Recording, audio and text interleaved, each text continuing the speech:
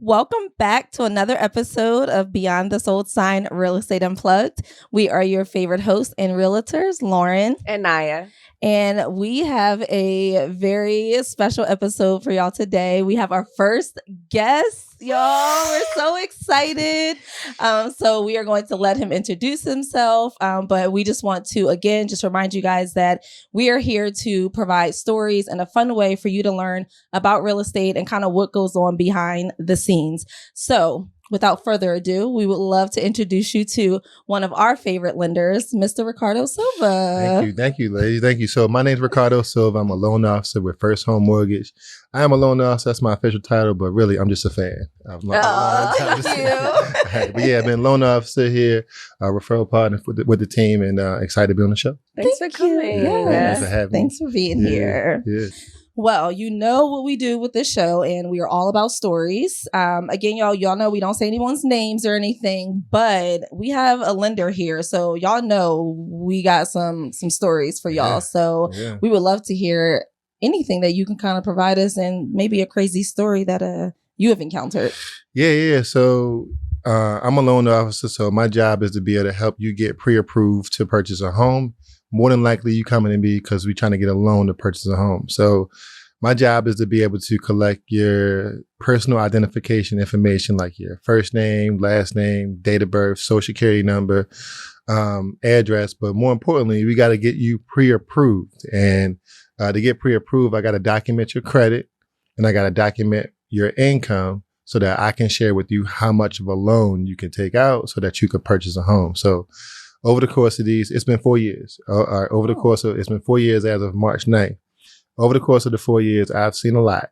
And I've tried to make it all work, right? Because this is a big time in your life to be able to help you purchase a home. But in order for me to be able to make it as less stressful and smooth transaction, you got to tell me everything. All right. And if you don't tell me everything, then it's a whoops. And it's like, hey, actually, you're not moving in that house that day, or we got to push it back. So as a loan officer, I'm your first line. I don't deny or approve your loan.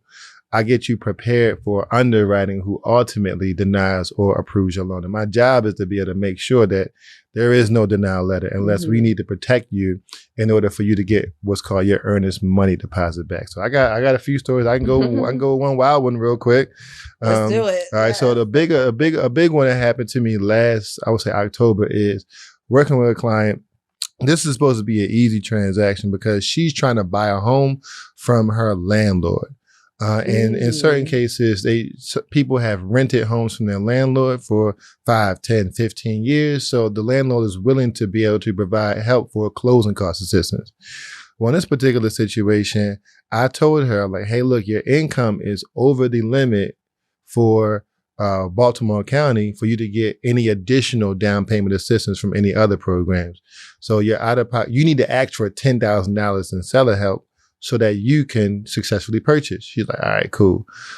Well, when they go on the before they go on the contract, I told her, I'm like, hey, I need a verification of employment because your pay stubs are like all over the place. They say they make $35 an hour, $42 an hour, $20 an hour. Like, I don't even know how to calculate your income. But if you tell me that you got 3 pay stubs and they say that it's $35 an hour, then that's what I can use, but I had to use a lesser amount. All right, cool.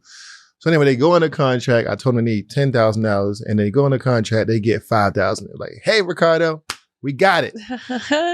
Yeah, we got $5,000. I'm like, well, all right, well, where the other five? Like, what do you mean, Ricardo? I'm like, well, like, what do you mean? This is it. You're getting $15,000 from us and we need an extra $5,000. And it was like, well, I'm going to get that extra $5,000. I'm going to don't take out a loan. No, but I'm going to ask somebody. I'm like, all right, well, then I got to deliver the conversation to the referral partner. Like, hey, look, we got to stretch this out or close at the end of the month so that we can less her down payment because we don't have enough money to close on the home. So we went past that part. Anyway, so after that, I told you about the pay stub. So we get the pay stubs again once she goes on the contract, and there's 3 new pay stubs with 3 new pay rates. So I'm like, I don't even know how to calculate your income now, because let's just send a verification of employment. Send a verification of employment. And this took like 2 weeks to get it back because she couldn't provide us a contact. And when we get it back, the HR representative says, these pay stubs that you have don't match the pay stubs in our system. So of course I'm like, wait a minute. Hey, I got this email back from them, and you know, this is what can you share with me what they said? And like, I don't know why. Let me reach out again. So this take another 3 days. So then she reaches out to my processor, who was Kate at the time, and she was like, hey, look, you shouldn't be asking for a verification of employment. You're digging too deep. The buyer told my processor. So I'm like,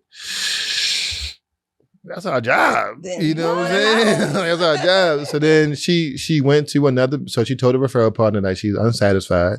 So I'm like, all right, I'm doing the best I can. I don't really know. So then she went to another bank. Not your digging. And yeah, she went to another bank, and then they did not close. But 2 weeks later, of course, this was the referral partner's first deal. So she didn't really know too much about what's supposed to go on the transaction. So I got to explain to her like verification employment, pay stubs, timelines, and stuff like that. But anyway, and 2 weeks later, she said, hey, my client got fired.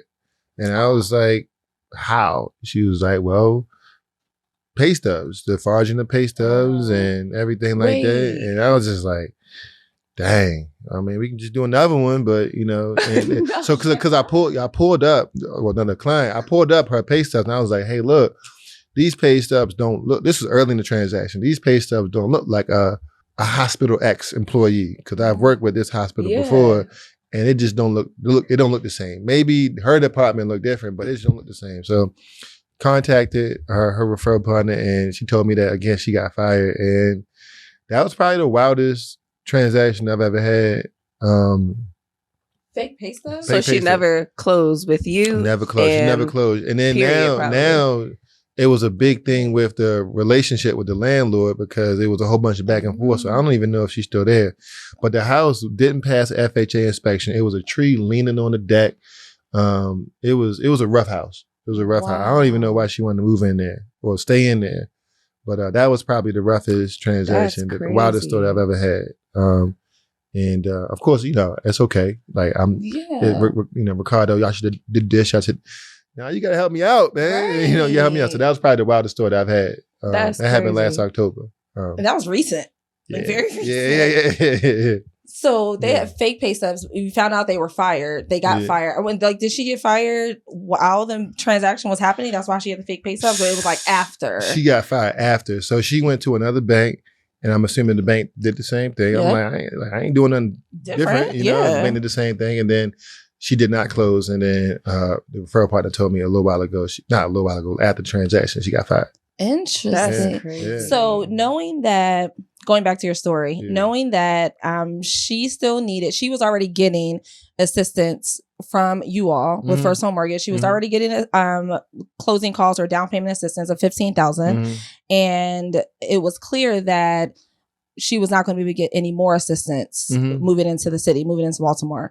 So she needed $10,000 to come. She got $5,000. Where are some additional other ways that she could have came up with the additional $5,000, and some ways that she could not have used $5,000? Yeah. So another way is to ask a gift. Get a gift from somebody to be able to get that $5,000, and you just tell them you're paying back. But on paper, you just can't say this alone. All right. But you get it from mom, get it from dad, get it from somebody.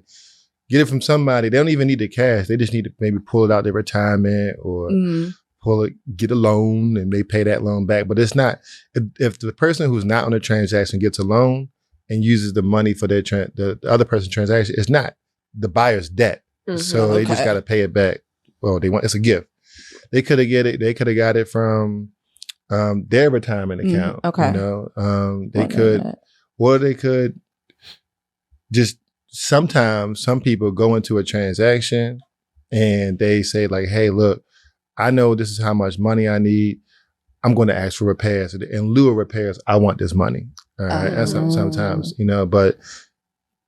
So they could use the credit Yeah. So they could use like a sell or a repair credit if they say like, oh, I went in, had the inspection, and they asked the seller for $5,000 worth of credit for the repairs. They could use that as, okay. Yeah. So that's what some That's a people good- do. But like I've documented, I try to do my job real good. Credit, You do. income. Thank you. And then I said, hey, this is how much money she got in the bank. I mean, I don't, not like, so the purpose of me sharing with a referral partner is so that they know what they need to do in order to close the deal. That's why pre-approval is helpful, because you can't do your job until you know what their budget is. Right. And also you got to negotiate on your client's behalf. And that's why, we communicate so well. And so we can advocate for the client. But that if you ain't got it in your retirement, don't take another loan out. She was going to take another. She was going to take. I said no. No, it goes towards your debt. That's more debt. Don't do that, So you got to realize that. So, That's interesting. Yeah. Huh. Wow. Yeah. You may not know. Okay, two quick things. Lenders, the one thing they're going to do is get deep into your financials. Yeah. So if you're not already an organized person or your financials are not already organized, the one thing that will help you is buying a house. They will get you so organized because you really got to provide everything, and you will feel throughout the process like, man, I've already provided this to them, 15 days ago. Why are they asking for it again? Like that, it's just that's just something they do, and they will get deep into your financials. One thing that I want to touch on is you guys verifying employment, not only in the beginning of the transaction, but also a day or two before you actually close. So really quick, like, don't think that y'all could be like, oh, they've already verified it and we're good to go to closing, so I can quit my job now and go get another one. Y'all got to wait until after closing, because they will verify a day or two prior to closing. Yeah, and it's not even like a us thing. It's like, so like when these loans are backed by FHA and conventional mortgages. So like when you underwrite a loan, which is basically how you approve or deny a loan, it says in writing a verification of employment letter 10 days prior to closing. We do it 3 days prior to closing just to make sure, but we ain't trying to ask you for anything additional. It's just literally, it's called writing a loan. And this is what we do. And then the most times I get a verification of employment letter when you are hourly and your hours vary. I try to get the verification of employment letter up front, because it's hard for me to calculate your income. I gotta do it right. Yeah. Don't come along and be like, hey, my bad. My bad. So yeah, that's a verification of employment. Yeah. Okay. Yeah. Yeah, and we need that like pre-approval letter from the lender. Like we have to get it from Ricardo. So when we speak to our clients first and we do a consultation, the first thing we're going to do is then connect you to a lender, to First Home Mortgage, Ricardo, and they will, again, go deep into your financials, because that's how we know where we can take you to go see homes, because it's only helping you. We would not be doing you a service if we took you out to see homes that you just did not qualify for. And now you're upset because you can't write the offer. You're not comfortable with the monthly mortgage payment. So it's a lot of things that happen before we go out to see homes. And this is why we really wanted. I got another story too that's hopefully helpful to this conversation. So like, us diving deep into your finances, the reason why is because, especially if you're using like an income restricted program, they got to make sure that your income is not over the limit. I had a client in March 1st. She closed March 1st. Everybody was mad at me. All right. She's supposed to close on March 20. She closed a day late. All right. So the income restricted program in PG County, there's a program called the Maryland Mortgage Program. You can, if it's a 2-person household, you cannot make over $180,000. Cool. So at the time, it was a 2-person household. She's pregnant. All right. So I'll tell you why that matters. But like she's salary income, so that's easy.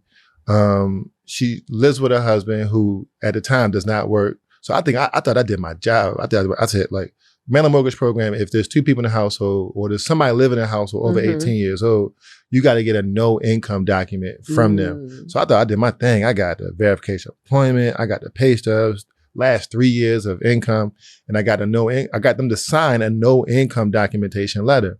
Cool. So now when you go through these programs, they ask for your bank statements.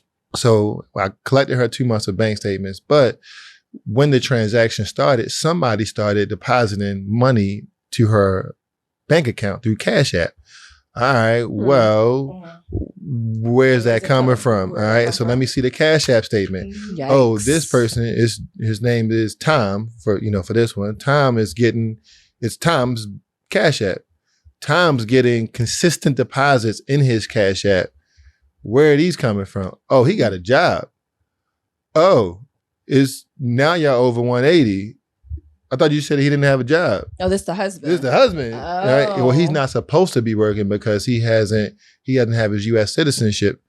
So that's why we said no income. But now it's like, all right, so I done sent the pre-approval letter. Everybody is focused on this closing date of the 28th, or however many days in March, the 29th. And now we got a problem. Y'all over the income limit, and now we can't use this program because y'all over the income. And then it took, he's a security guard. Well, maybe too much. All right. But I can't get in touch with his employer because they work overnight and they sleep throughout the day. So now this is like a day moving past. I'm like, hey, look, referral partner, like, look, I did my thing. And now, you want to close on time. I want to close on time too, but we're at the mercy of this. And then when you use these programs, you got to go through them. So it takes an extra day. But anyway, they were over the income limit. So now we talking about, that was like $22,000 they were getting. All right. And then now, thank God she was pregnant. So now we can use a 3 household income. And then now you can use $210,000. But that's why a lender needs to go through everything. And when I ask you for everything, I ain't trying to get all up into your business. I just want to make sure, like my sister, she's buying a home right now with me. And she's so happy. She's telling everybody in my family. I just want to make sure that if you tell everybody in your family that you're closing on a certain day, that you're closing on a certain day. Or if you can't close that day, you close the next day. But what we don't want to happen is like, hey, actually, you can't use this $22,000. Let's try to figure something else out. And ain't nobody just coming up with $22,000. You can come up with 2 or 3, but you're not coming with $22,000. That's why we need to get all up in your business, because we got to make sure that we can do our job correctly. Therefore, you could sleep well at night. Yeah. That's a good story. Yeah, that happened to me in February. Yeah. Again, very recent this year. Very recent. Yeah. Well, those are great stories, because I'm sure most of our clients will definitely want to appreciate that, and they may have even had that situation, because some will be wanting to use the Maryland Mortgage Program. A lot of our clients have used it, which is nice. Okay, we want to talk about maybe what is happening with the market and the rates. Like maybe go ahead. If you have a question. Oh no, I was just going to ask you. What is happening in the market currently, and where do you think rates are going to go? Maybe. Cool. So like what you see online, average rate right now is about 7%. Okay. You can go a little lower depending on the program. FHA is a little bit lower, like a 6.25. Depending on your credit score. Always. That's very important. Always depending on the credit score. But like the market right now, so like I would say that it's picking up. It's the spring market, 7% interest rate. They go down a little bit to 6.75. They go up a little bit. Next Wednesday is a big meeting, the FOMC. So Federal Reserve. Federal Reserve is meeting to talk about their projection of interest rates. Everybody thought last December that we were going to have 4 to 5 rate cuts. Well, here's the first indication whether or not we're going to have a rate cut. I'm pretty sure we're not going to have a rate cut. I'll be ecstatic if we have a rate cut. I will tell everybody if we have a rate cut on Wednesday, but that's probably not going to happen. Wait, you don't think we're going to have it on Wednesday? You don't think that's what that's going to be? Nah. We thought it was going to be that in January. Yeah, nah. So what's happening here is, mortgage rates, right? Mortgage rates are impacted by a few things, but the economy in specific. So when the economy is doing really, really good, the economy or Federal Reserve or powers that be try to slow, it down by increasing interest rates. So there's a few things that really impact the market, which is, one is going to be the consumer price index. So inflation report, all right? That's the big thing for America. Like, hey, inflation, they're looking at a 2% target. We are not nowhere near 2%. Well, we are getting closer to 2%, but basically that unemployment and payrolls, all right? So those happen in the beginning of the month, each month. And recently, and this is January, February, and March, recently, the economy is doing much better than everyone, economists expected. I'm starting to think that they just wrong, all right? Because it's just like, all right, y'all wrong 3 months in a row. All right, don't y'all get my hopes up. And then I'm telling folks who are getting ready to submit an offer, like, hey, unemployment's coming out Friday. I'm hoping the best. And then they don't hear from you on Friday because I'm pissed, Right. you know? And then I'm like, hey, look, because it's one thing. I'm like, all right, your rates are 6.99. Depending on how the market goes, it can go to a 6.6 or it can go to a 7.2, and then that bam, market go bad. Now it's my job. I got to deliver bad news, and now they questioning me. Like, for example, one client was like, "Hey, look, you told me a 6.875 on Monday, and then now we looking at a 7%. Well, yeah, we had 2 bad days in the market, and that's kind of what happened. So rates, I mean, they are trending downwards. I mean, we were at 8% in November. And if anybody wants to track how rates are doing, you can look at what's called a 10-year treasury yield. And that has been going down. It's not going down as fast as we want it to be, but it's been going down. There are several programs that are available that assist you with lowering your interest rate. But like overall, rates are going down.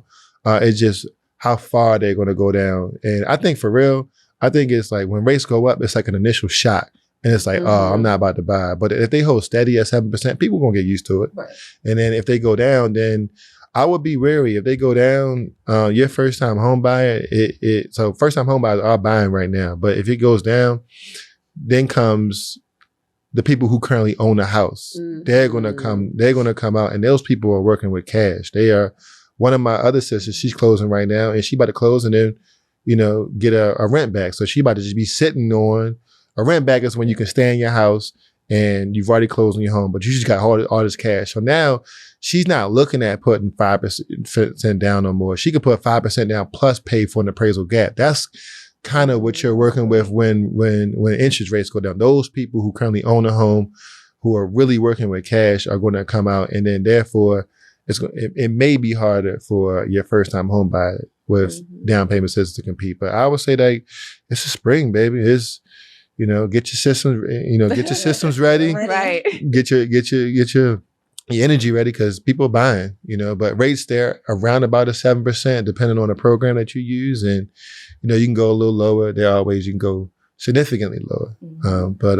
Yeah, I would say the market. Yeah. That's the spring market. Welcome to spring. Here it goes. So let's ask you this question. If a single person, we won't say a single woman because we've been winning. They are buying homes, okay? They are. So if a single woman who makes an income of $60,000, in your kind of experience living where we live, how much do you think she could afford? How much house? Cool. So $60,000. So how Alinda qualifies you is basically your salary divided by 12. That's your gross monthly income. So 60,000 divided by 12 would be about $5,000. So you take half of that. All right. So a monthly payment, that's stretching it. Monthly payment going to be $2,500. So depending on where she lives and maybe like a condo fee or anything like that, you're looking at maybe like a purchase price. In Baltimore City has higher taxes. So you're looking at a purchase price maybe around like $230,000, $250,000. But if you're looking in any other county without a condo fee, you're looking at close to $300,000. All right. Depending on their debt. Like if you make $5,000 a month and then you have a car loan of $1,000, and that kind of knocks your ability down. That kind of knocks it down by $1,000. So your monthly payment can't exceed $1,500. But single women are buyers, and then there's always women drive the ship. All right. If there's a woman in the transaction, there is a woman transaction. Then yes, the man is very capable of buying a home, but just for me in my situation, like I didn't even see that. My wife, she wanted a home. All right, baby, just please keep the monthly payment under this level, But a single woman, they are the buyers. Yeah, I would say that. I would say just keep your monthly payment under $2,500. $2,500 looks very different depending on the interest rate, but I would say just a little under $300,000. Yeah. And then like your you mentioned like a debt to income ratio. Can you explain really quick kind of what that means and why that has an impact? Let's like general numbers, right? So let's say that you make $10,000 a month. your income is $10,000 a month, but your debt is going to be, let's say your debt is, I don't know, $5,000 a month. So that means your debt to income ratio is going to be 50%. So how that works is it takes and student loans, y'all, student loans, there are folks who are starting student loan payments, but even if you have deferred payments, a lender must use those the deferred payments to be able to qualify you. But a debt to income ratio is simply whatever your debt is, like your credit cards, your auto loans, your student loans, and your housing payment. Divide that number by your gross monthly income, and that is going to your debt to income ratio, and that's essentially how much you'll be approved for. So right now, $2,500 will be a little less than $300,000 in the purchase price, and that just, you're not approved for a certain amount, you're approved for a certain payment, and that payment equates to whatever that purchase price is going to be. Yeah, if that's helpful. Yeah, very helpful. Very helpful. And what is like the percentage that people should shoot for having their debt to income ratio at? They should shoot for under 45%. Your debt is under 45%. Yeah, so if you make $10,000, your total debt should be under $4,500. But for FHA, you can stretch it to 57%. Wow. So that was for conventional. For conventional, it'd be 50. Oh, I'm sorry. Conventional is 50. So once you go over 45% for conventional, your mortgage insurance gets a lot higher and a lot more expensive. Conventional is the best financing you could get. Right. Besides VA. VA. Yes. But conventional is for your first time home, well, not first or second time home buyer, but it works. The higher your credit score, the more beneficial it is. So yeah, conventional 45%. The maximum is going to be 50%. And then for FHA, it'd be 57%, 56.9. Who counting? Oh, wow. Right. Who's counting? And then VA, there is no limit as long as the lender can approve you. But VA is a lower interest rate, no mortgage insurance, and the refinance is the easiest thing in the world. Wow. But yeah, that's your debt to income ratio. And you really try to keep it low so that you could maximize, like some of these first time home buyer programs, they cap your debt to income ratio. So even though you might be approved for 350 or 400, if you were to come out of pocket with that 3.5%, with some of these programs, you're not approved for that much. You got to take it down to 275 or something like that. Okay. Yeah.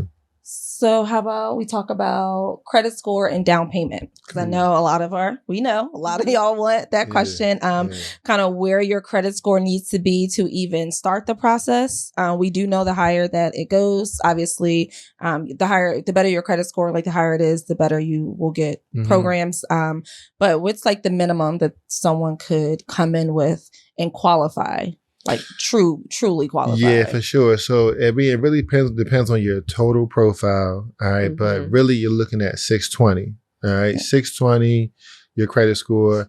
If you have mortgage rates on your credit within the last 12 months, that disqualifies you completely. All right. So if you have more than two, it's called if you have more than two, it's called serious delinquency. Even if your credit score was probably not going to be above 620 because the recent mortgage rates, but 620 will get you in the door. That kind of limits you to down payment assistance. You had to come out of pocket with even 618. I've done those, but 620, you're really limiting your options to be able to purchase a home.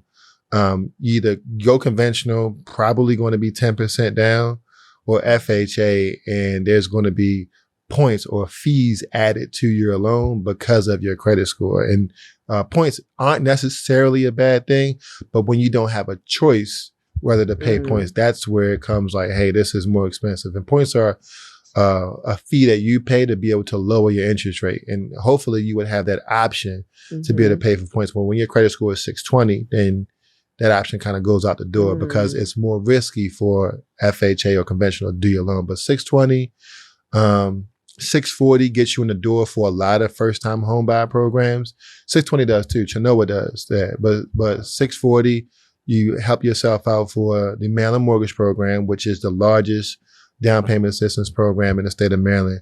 But if your credit score is 680 or higher, depending on your profession, we can do other programs, like a program called FHLB, Federal Home Loan Bank of America, that allows you to, of Atlanta, I'm sorry, that allows you to be able to get $12,000 to $15,000 in down payment assistance. And that's very helpful. But 620, 640, 680, and then when you're over 720, that gives you the ability to be able to do more programs, like even Smart Buy. Smart Buy 3.0 is a program where you can buy a home and get your student loans paid off. But down payment, you want to talk about down payment too? Down payment, yeah. So down payment, conventional, if you are a first-time home buyer, and what the first-time home buyer means is you have not owned a home in the past 3 years. Even if you owned a home in 2020 and you sold it in 2020, if you have not owned a home in the past 3 years, you are considered a first-time home buyer. So you can put 3% down. And that's why Lauren was saying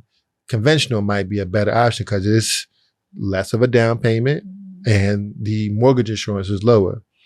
FHA, 3.5%. If you're not a first-time home buyer and you use conventional, it's going to be 5% down. And then VA and USDA, you're looking at 0% down, but there are closing costs, all right? And closing costs are around about 4% based on your purchase price. But again, if your credit score is lower, your closing costs are going to be higher because the lender has to charge you a little bit more in order for us to do the loan. So, so credit scores are bucketed in tiers. So it's 600 to 619, 620 to 639. So as you jump up in those 20 bucket increments, it's cheaper for you to buy. You give yourself more options too. But down payment 3.5, 5, and then you can go up to 90% down. Right, if you you want. can do as much as you want. Yeah. Okay. Yeah. That is very helpful because I feel like we get that question a lot. Like, how much are we going to have to put down? How much does one need to save, right? That's like their biggest thing. Like, what our credit score needs to be. How much do I need to save for a down payment? What are the closing costs going to be? And that's the same thing. I feel like we say it's usually between like 3 and 5%. So we'll go right in that 4%. And I kind of feel like that helps. Yeah. But even with I would say that the biggest program, and it's not, there's alternative approaches. The biggest program is the Maryland Mortgage Program because it's not like a fixed like down payment. Like there's some programs we can provide 3%, we can provide $3,000, we can provide $12,500. But the larger you go with the Maryland Mortgage Program, the more money you get. But it's still closing costs left over, which is around about 3%, which I was sharing about that story. I was like, hey, you need $10,000. And then they got 5. And I'm like, the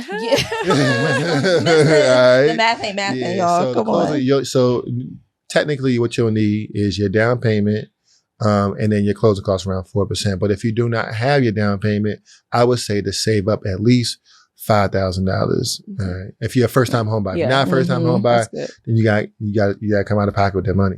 Yeah. Yes, you do. Yeah, just a little something to show, that you're in this. Yeah.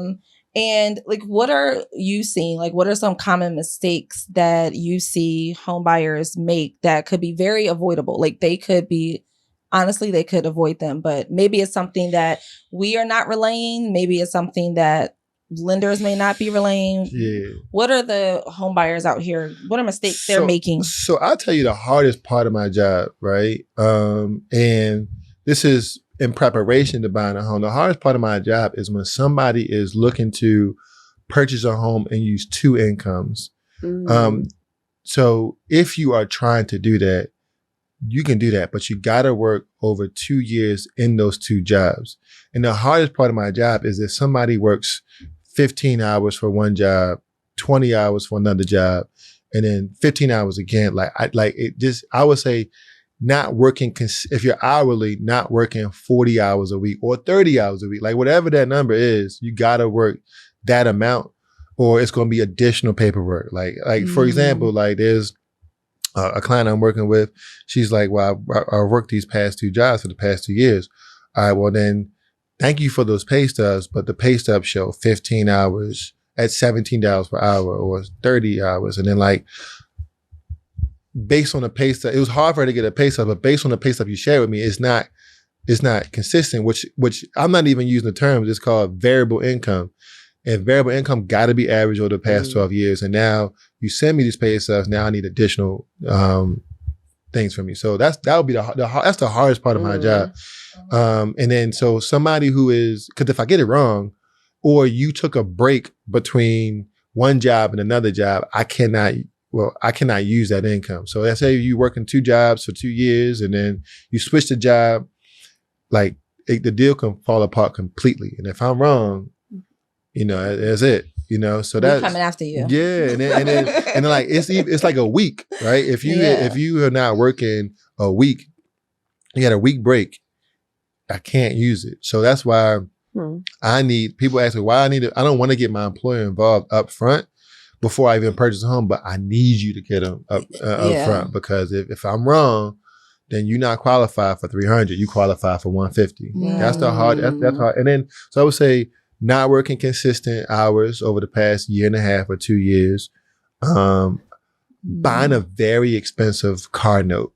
All right, that's it's a good one that one. there's like that significantly impacts your down payment. Co-signing for somebody, so older clients that I've worked with, grandmas, granddads, they help their children buy cars, and if you help your child buy a car, that's fine, but it's on your credit report and it's an obligation that you must pay. And then you come to me after 3 or 4 months, and I can't exclude that, even though there's somebody else that's been paying that. The only way that a lender can exclude any debt on your credit report is if somebody has been paying it from a separate account for the past 12 months. All right. So buying a car, co-signing for a car, buying an expensive car, and then not working consistent hours. That probably be the biggest thing. Those are good. Yeah, those are good, because I feel like we have a lot. Hopefully not out here buying like crazy cars or anything, but I hear about crazy car notes, and a lot of times people are trying to figure out like, should I get a car or should I get the house first? And I'm always like, please get the house first if you can. Obviously, like you need a car to get to work and do the things you need to do, but if it's just out of like, I just want the new car, like please wait until you buy the house first, because it adds to that debt and that can impact your purchasing power. And now you can buy a home, but now you can't buy a home that meets your goals. So now we talking about you're not just about to sell a car that you have a loan amount for $40,000. That's yours. So now it's just like, we gotta wait. So you have a question? Go ahead. I was gonna say we kind of moved past this, but just to do a quick rundown of like when people connect with you and they're having that initial conversation and then they turn in documents, what are all the documents generally that you need just in a normal situation? Yeah, cool. So it'll be, the documentation I need is going to be submitted application. You send? Yeah, I send. Okay. Yeah, or we could do it over the phone, whatever's comfortable for you. Secondly, it's going to be 30 days of pay. So if you're if you have a job and you get paid bi-weekly, 3 pay stubs, because 2 pay stubs is 28 days. If you have multiple jobs, then 3 pay stubs from both of those jobs. If you get paid weekly, it's 5 pay stubs. If you are 1099, then you like Uber or something like that. You just get like an Uber statement showing your year-to-date profit. So in general, like your 30 days pay, your 2 years of your past 2 years receipt of pay. So W-2s, tax returns. I do need your tax returns if we're looking to use a program. Bank statements. I definitely need to see your bank statements. I ain't trying to see how much money you got, so how much I can charge you. I don't want to charge you nothing. But I need to make sure that just the situation I was mentioning earlier, that if you're using the program, then you don't have any deposits in your account that take you over. Because there's some programs in Baltimore that if you make under $68,000, I can give you a forgivable grant for $15,000. And then, but if you make a bonus or somebody else moving into your house that makes a little bit of money, then that could throw things off, So in general, just 30 days of pay, last 2 years receipt of pay, bank statements, and then whatever money that you're looking to use to close, whether it's a 401k, TSP, bank statements, or investment account. I need to see it.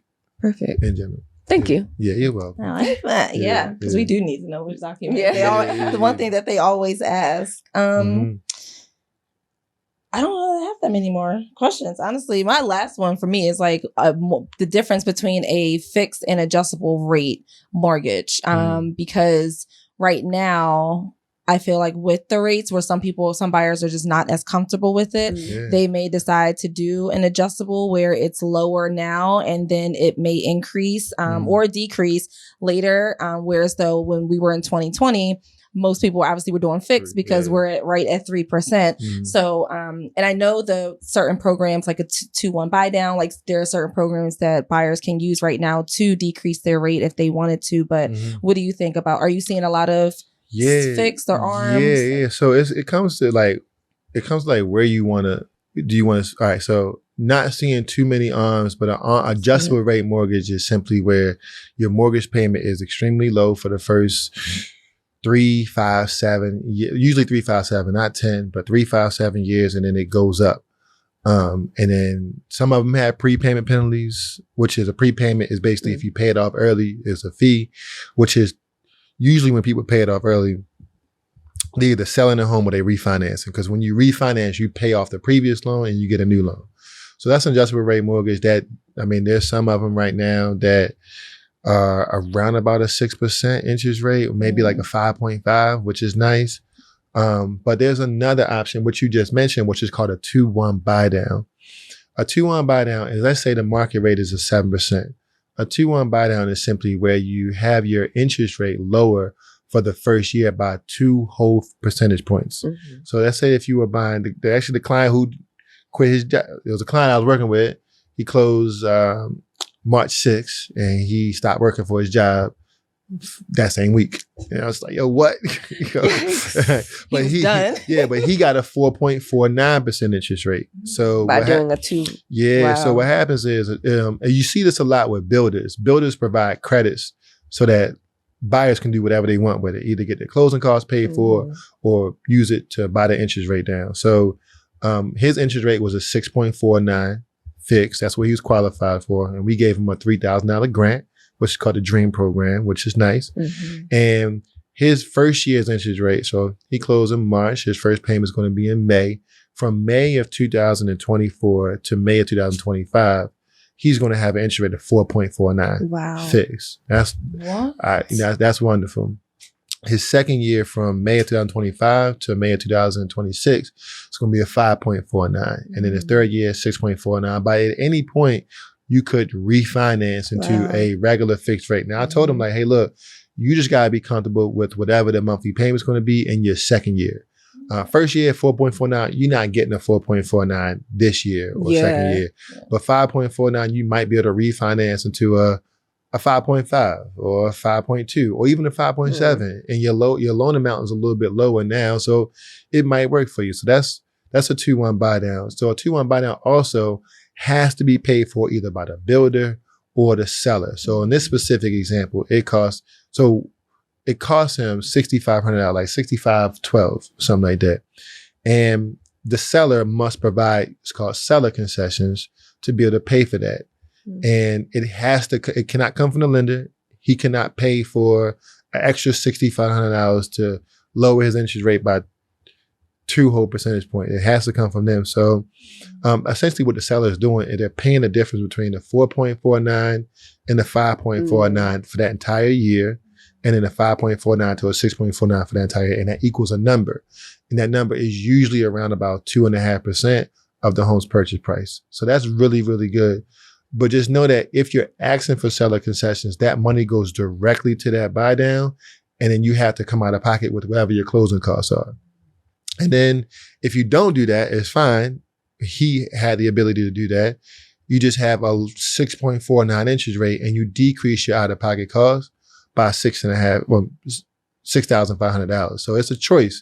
He had the money for his closing costs and down payment. I can't charge you enough to be able to get you a 4.49. So we need the assistance from the seller so we can do the 2-1 buy down. So that's that. And then a regular interest rate, we do have some programs. I'll be more happy to share it with you. We do have some programs where, like, let's say today's rates are 7%.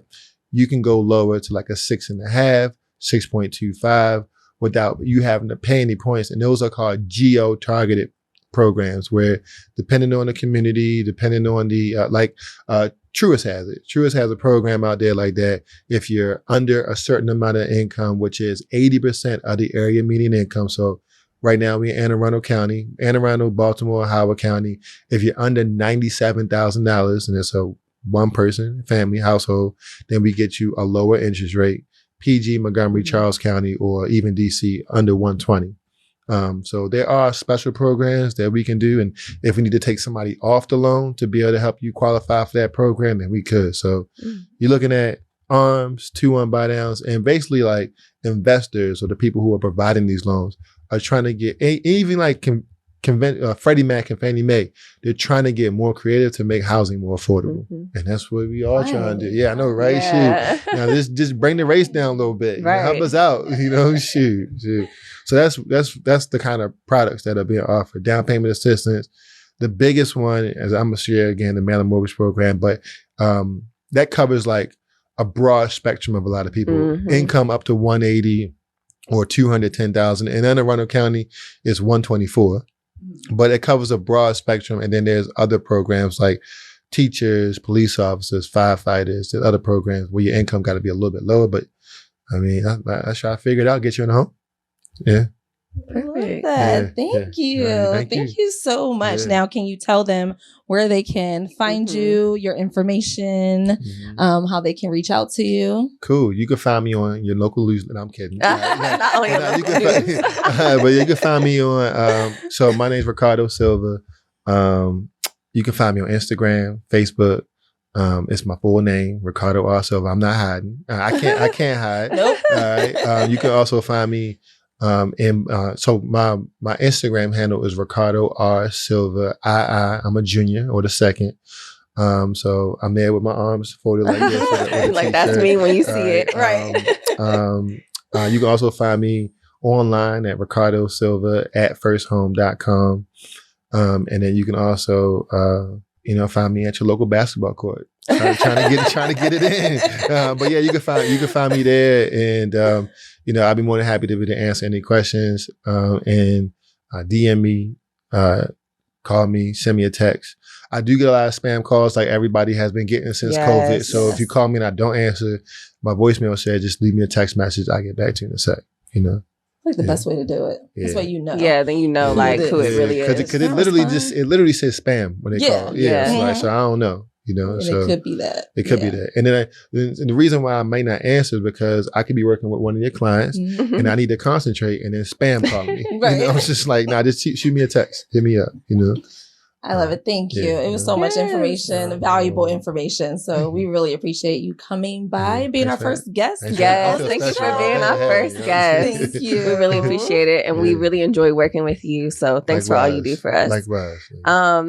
So you all heard a lot about different options, different buying scenarios. So feel confident that there is something that can work out for you no matter what your situation is. You can be a home buyer. There are great options for you out there. So thanks for listening to us today. Remember that you can find us on YouTube. You can listen to us on Spotify, Amazon, Apple Podcasts, everywhere. We're also on Instagram and TikTok. So whatever platform you enjoy the most, you can find us there. Be sure to subscribe, like, comment, and share. And we will see you next time.